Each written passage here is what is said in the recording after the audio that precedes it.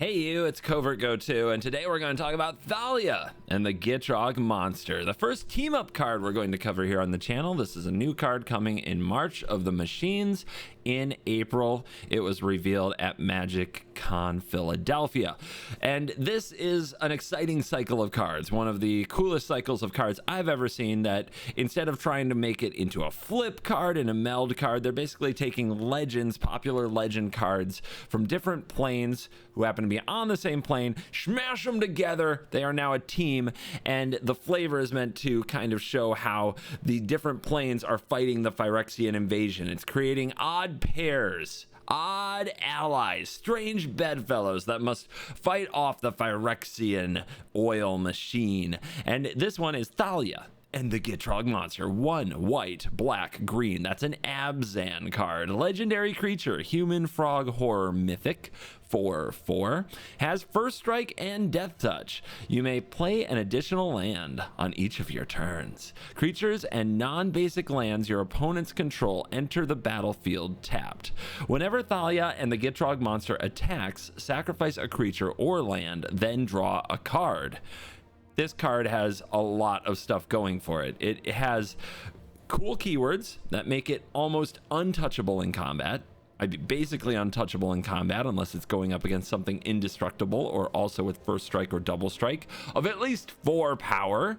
And then on top of that, you get this ramp ability. You get creatures and non-basic lands your opponents control enter the battlefield tapped. That is much more disruptive than it sounds, and we've seen it on the cards before. Whenever Thalia and the Gitrog monster attack, sack a creature or a land to draw a card. Or a land? A creature or a land? The optionality is amazing. And unlike many of the cards that I've already covered coming up for March of the Machines, this is probably a very popular commander card, but this could be good in standard, and I'll go over why I think so. First of all, for those who don't know or look back into Magic history often, this is a combination of Thalia, Heretic Cathar, which will be on Arena very soon because of Shadows over Innistrad, and Eldritch Moon coming out in the Shadows over Innistrad remastered set, I think in 2 weeks, something like that. And this was a card that when it was revealed, people weren't very excited about, but it ended up seeing a lot of play in standard, and that's because when creatures and non-basic lands your opponent's control enter the battlefield tapped, it really messes things up. It's way more annoying than people even thought it was. And first strike, especially on a 3-power creature, is not bad. I think that people initially scoffed at the dies to shock nature of Thalia, Heretic Cathar, and then they were impressed. The other card is the Gitrog monster, who's been not so much of a standard rock star, but very much a commander staple, a historic brawl staple. This card is beloved. It's been on Arena for a while because of a historic brawl like a million years ago, going down a rabbit hole. Historic Brawl didn't have a queue. It would just come out in events every now and then, and you could buy passes into those events, and you got a Gitrog monster once for buying a pass. You can still craft it, and you should. Gitrog monster is sweet. Then, so the next thing that, like, why do I think that this can work out in standard? Well, we've seen what Glissa Sunslayer did. It's not exactly making huge waves in standard, but it gave us a taste of first strike and death touch. And it still amazes me that when I'm playing this card on ladder, there are still people who run head first into first strike and death touch and don't see how that's going to work. I mean, if, for example, if Glissa Sunslayer is blocked by 2 3/3 creatures, what happens? Most of the time, like if you're dealing with a first strike creature, the first strike creature would kill the first 3/3, then the second 3/3 would kill the first strike creature, right?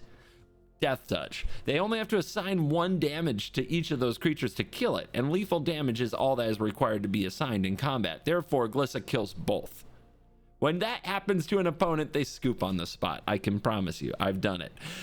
So right away, that set of abilities is very strong. And when you're looking at a 4/4, a 4/4 with those abilities is a very, very dangerous card. The part where it says that whenever the Gitrog monster and Thalia attacks, sacrifice a creature or land, then draw a card, we are really missing, in my opinion, we are really missing sacrificial fodder in standard. I really miss Shambling Ghast. I really miss Eye Twitch. You know, those little sacrificial cards were so good. The best I can find here in standard where we are is Jaren Corrupted Bishop. I love the idea of making the 1/1 white human creature token, sacking it to draw a card, and also being able to give Thalia and the Gitrog monster lifelink, because and this is an important part of the card, this is a human frog horror. It's kind of like a mutant, but like it has all the types of these creatures. So Thalia gets to do all the things that humans want to do. More on that in a minute. Looking at other things that we could sacrifice to draw cards, Skrelv's Hive comes to mind. We could pitch some mites and get some card advantage from them. That sounds pretty good. What about Skrelv itself in kind of a, it's traditionally called a hate bear style deck, which plays creatures that are disruptive to the opponent like the other Thalia and Anointed Peacekeeper. What about just having Skrelv to protect our kind of 4/4 first strike death toucher? That sounds absolutely terrifying to me. But then there's also that clause about lands. We get to play extra lands. We can take advantage of that in standard. Augur of the Autumn lets us play lands from the top of the deck, so getting those extra land drops without having to have a handful of lands, that's really cool. But there's another possibly even better way, Conduit of Worlds, and we have all of those lands that cycle, and we have all of those lands that enter the battlefield, sacrifice, search for a land that we can use with this, kind of like a Soul of Windgrace type strategy, but in Abzan. And this is a pretty good card on its own, so I think that this leads to some very cool unexplored territory in standard. On top of that, I'm always looking for a reason to play Slogurk the Overslime, and being able to sack a land to draw a card will put a counter on this. Removing the counters or just having this leave the battlefield gets lands back in our hand. We can play the extra lands with the Gitrog monster. It seems really good, and the mana requirements look extra sus to throw blue in our already 3-color deck, but that's where the human part comes in. Secluded Courtyard, name human. You can use it to cast one of the Gitrog and Thalia's colors. The Thalrog? Can we just start making like Benefer type team up names? Leave in comments what's the name. I want to call it the Thalrog. Anyway, Secluded Courtyard, naming human, can pay some of the alternate colors here, and it's also legendary, so Plaza of Heroes. Like, we have good untapped mana fixing lands that can make things like Slogurk and the Thalrog happen. And then on top of that, when we move into older formats, we get all kinds of fun things. This could very much be a human themed commander, an Abzan human commander brawl deck, which would be very, very fun. You can run old cards like Thalia's Lieutenant that have human synergies. And if you're moving into commander, Bitter Blossom is the type of card that I love to like.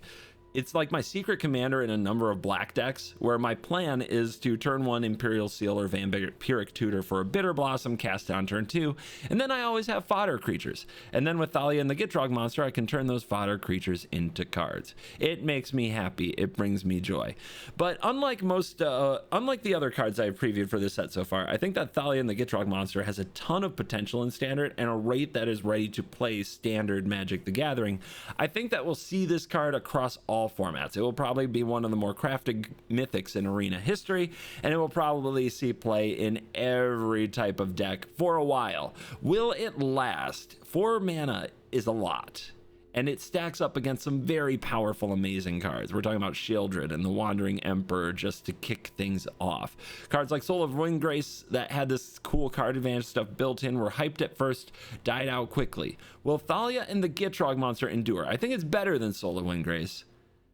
I'm not sure it's better than Sheoldred, but it sure can attack into Sheoldred. We're gonna find out. I'm excited to play this card. I hope you are too. Let me know again what's your name for the card. I like Thalrog. Thank you for watching. Okay, bye.